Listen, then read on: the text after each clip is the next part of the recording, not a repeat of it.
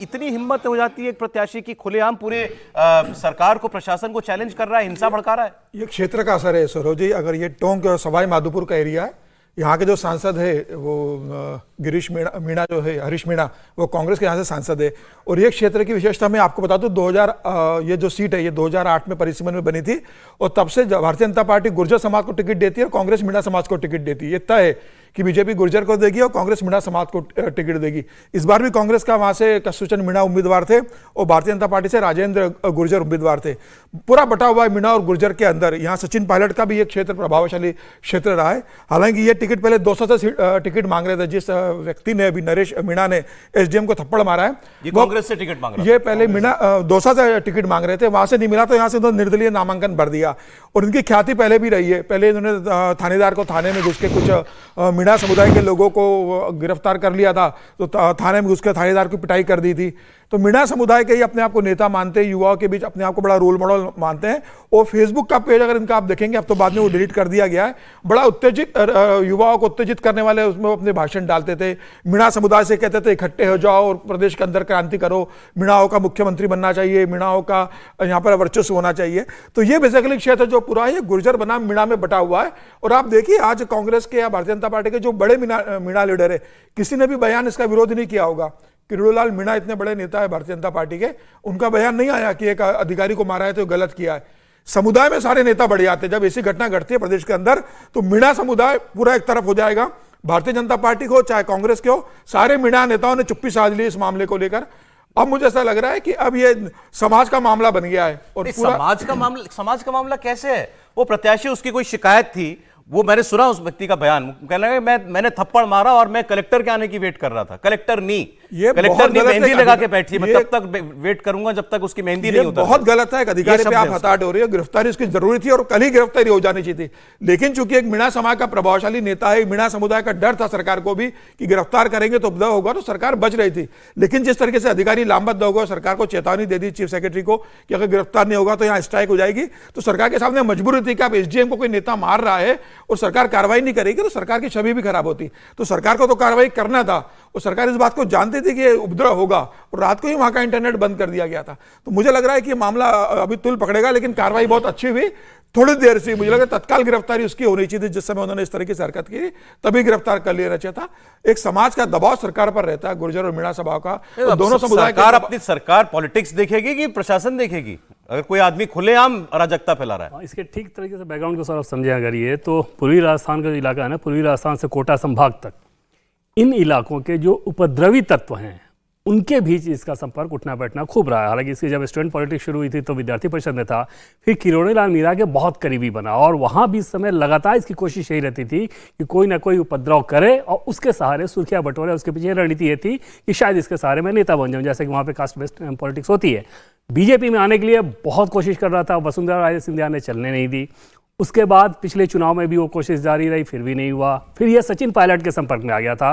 सचिन पायलट के संपर्क में रहते हुए वहाँ से इसने ये सोचा कि सचिन पायलट क्योंकि गुज्जर हैं, मैं मीणा हूँ, तो ये अच्छा कॉम्बिनेशन बन सकता है। और हालांकि इनके जो कास्ट है मीणा, उसमें आप देखें तो उदयपुर, बांसवाड़ा, डूंगरपुर, वहाँ के जो मीणा हैं वो इस तरह के मीणा को अपने आप से अलग मानते हैं। तो इतना बड़ा इलाका भी नहीं है, लेकिन पूर्वी राजस्थान से कोटा संभाग तक रहा है। पिछले लोकसभा चुनाव में ओम बिरला के खिलाफ भी बहुत सारी इन्होंने बयानबाजी की। अशोक गहलोत जब मुख्यमंत्री थे तो अशोक गहलोत के बहुत करीबी बड़े बड़े लोगों के खिलाफ लगातार कुछ बोलते थे और सचिन पायलट का समर्थन रहता था।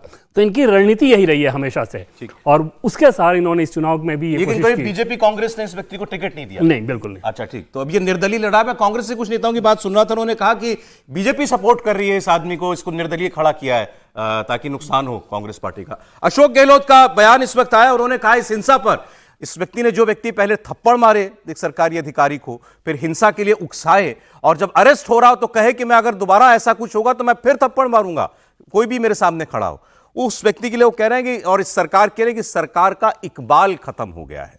सुनिए। सरकार का इकबाल होता है गवर्नेंस के लिए। शासन तब होता है तब अच्छा गवर्नेंस में इकबाल बना रहे। इकबाल ही खत्म हो गया। आप जो घटना घटित हुई है कल, वो मामूली घटना नहीं थी। एसडीओ लेवल के अधिकारी को आप थप्पड़ लगाए कोई व्यक्ति, ये स्थिति बनी क्यों? और इतनी हिम्मत क्यों हुई किसी की? तो कहाँ सरकार का इकबाल है। हम बार बार सरकार को कहते हैं आप गुड गवर्नेंस दो, पूरी प्रदेश की जनता का भला हो। हम आलोचना भी करते हैं तो उसको सकारात्मक रूप में लेना चाहिए, और अगर बातों में दम नहीं है हमारी बातों में, आप खंडन करो, दम है तो सुधार करो, जनता का भला हो। अब मौका मिला है अशोक गहलोत को कहने का, तो वो तो कहेंगे कि सरकार का इकबाल खत्म हो गया, नहीं रह गया रूल ऑफ लॉ। नहीं, देखिए वो पूर्व मुख्यमंत्री हैं और सरकार इसमें बीजेपी की है, तो जाहिर है विपक्ष के नेता के नाते वो तो कहेंगे ही। और अगर उलट जाता अशोक गहलोत तो सरकार होती तो यही बात वसुंधरा राजे कह रही होती, तो इसमें मुझे कोई आश्चर्य नहीं है। लेकिन महत्वपूर्ण बात क्या है सौरभ, इस तरह के जितने तत्व हैं नरेश मीणा जैसे, पिछले 15-20 सालों से उनका बड़ा समाज में और राजनीति में सम्मान बढ़ गया। आप उपद्रव कीजिए, आप सारे कानून व्यवस्था को ध्वस्त कीजिए, अफसरों की पिटाई कीजिए, तो उनको जननायक के रूप में स्थापित किया जाता है, उनके समाजों में पहले और बाद में राजनीतिक पार्टियों में। ऐसे अनेक उदाहरण भरे पड़े हैं जब उत्तर प्रदेश में, मध्य प्रदेश में, राजस्थान में, इन राज्यों में इस तरह के तमाम नेताओं को बाकायदा खुले मंचों पर सम्मानित किया गया है। इससे उनका हौसला बढ़ता है, उनको लगता है यही तरीका है आगे बढ़ने का। भाई राजनीति में आंदोलन होते हैं, आंदोलन के दूसरे पहले नेता जो आंदोलन करते थे वो लाठियां खाते थे पुलिस की। राजनारायण जी का तो पैर मतलब कितने फ्रैक्चर हुए वो जानते हैं, लेकिन कभी पुलिस या प्रशासन उनसे हाथ थप्पड़ नहीं खाता था, वो आंदोलनकारी नेता होते थे। अब स्थिति ये है कि सीधे एसडीएम को आपने मार दिया। अब ये हिम्मत हौसले की बात क्या कहें, दुस्साहस कहें या जो भी कहे, मतलब कि एक एसडीएम पर आप हाथ उठा रहे हैं। सर इतना नहीं, एसडीएम को थप्पड़ मारा, वहीं धरने पर बैठ गया, फिर फोन करके लिख करके मैसेज लिख करके अपने समर्थकों को बुलाया और कहा लाठी डंडे लेके आना। और फिर शिकायत ये कर रहा है कि वो लोग तो मेरे लिए गद्दा लेकर आ रहे थे, मैं अनशन पे बैठने वाला था और पुलिस ने मिर्ची बम छोड़ दिया वहां पर। तो पुलिस क्या करेगी? भाई पुलिस तो करेगी, पुलिस भी करना भी चाहिए पुलिस को अगर इस तरह की कोई हरकत करेगा। लेकिन मैं ये कह रहा हूं कि राजनीति में ऐसे तत्वों को पहचान करके सारी पार्टियों को तय करना चाहिए कि उनको ऐसे तत्वों से अलग रखना है अपने आप को। आप याद कीजिए जब वो किसान आंदोलन दिल्ली में चल रहा था और गाजीपुर बॉर्डर पर राकेश टिकैत जब बैठे हुए थे सारे, तो एक विधायक भारतीय जनता पार्टी के लोनी के वो 400-500 आदमी लेके आ गए थे लाठी डंडा लेकर के, जबकि काम पुलिस का था भाई उनसे निपटने का काम। तो ये, और उसके बाद वो आज भी विधायक हैं।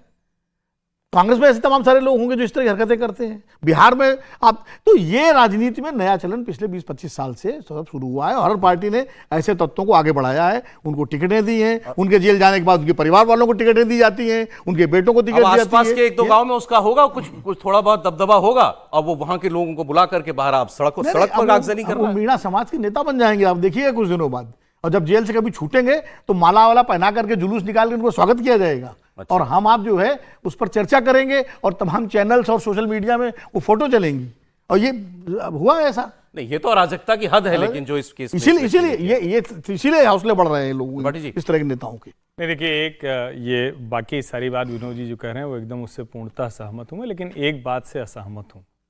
पिछले 15-20 सालों में ऐसे लोगों की स्वीकार्यता कम हुई, ज़्यादा नहीं हुई। पहले तो अब राकेश टिकैत क्या कर पाए और महेंद्र सिंह टिकैत क्या कर ले गए थे, दिल्ली को जाम कर देते थे, ये सबको ध्यान में है। अपने गांव में बैठ के कैसे पश्चिमी उत्तर प्रदेश का पूरा दाना पानी सब रोक देते थे, ये सबको ध्यान में है। बिहार, उत्तर प्रदेश के लगभग हर इलाके में ऐसे गुंडा बदमाश नेता हुआ करता था जो प्रशासन को पंगु कर देता था। वो जो तय करता था वही होता था और उनको ये राजनीतिक दल सम्मान देते थे, उनको टिकट भी देते थे। अच्छी बात है कि नरेश मीणा को किसी पार्टी ने टिकट नहीं दिया, हालांकि वो कांग्रेस में ही था। अभी जब उसको टिकट नहीं मिला तब वो निर्दलीय चुनाव लड़ रहा है। लेकिन सवाल यहां दूसरा है। सवाल यह है कि क्या कोई भी जाति, समूह, समाज ऐसे व्यक्ति के साथ अपने आप को अभी भी रिलेट करके खुश हो रहा है क्या? और अगर ये खुश हो रहा है तो हमने, और ये इस लड़ाई को अगर आप नरेश मीणा की पोस्ट देखें, जो कुछ उसने कहा है, वो एसडीएम की जाति और अपनी जाति के बीच का संघर्ष चाहता है, जो ज्यादा खतरनाक है। जो अमित चौधरी मेरे ख्याल से उनका नाम है, जो एसडीएम साहब हैं, और उनके पुराने वाकये उठा के पुरानी चीजें करके और आरोप लगाते हुए ये करने की कोशिश है।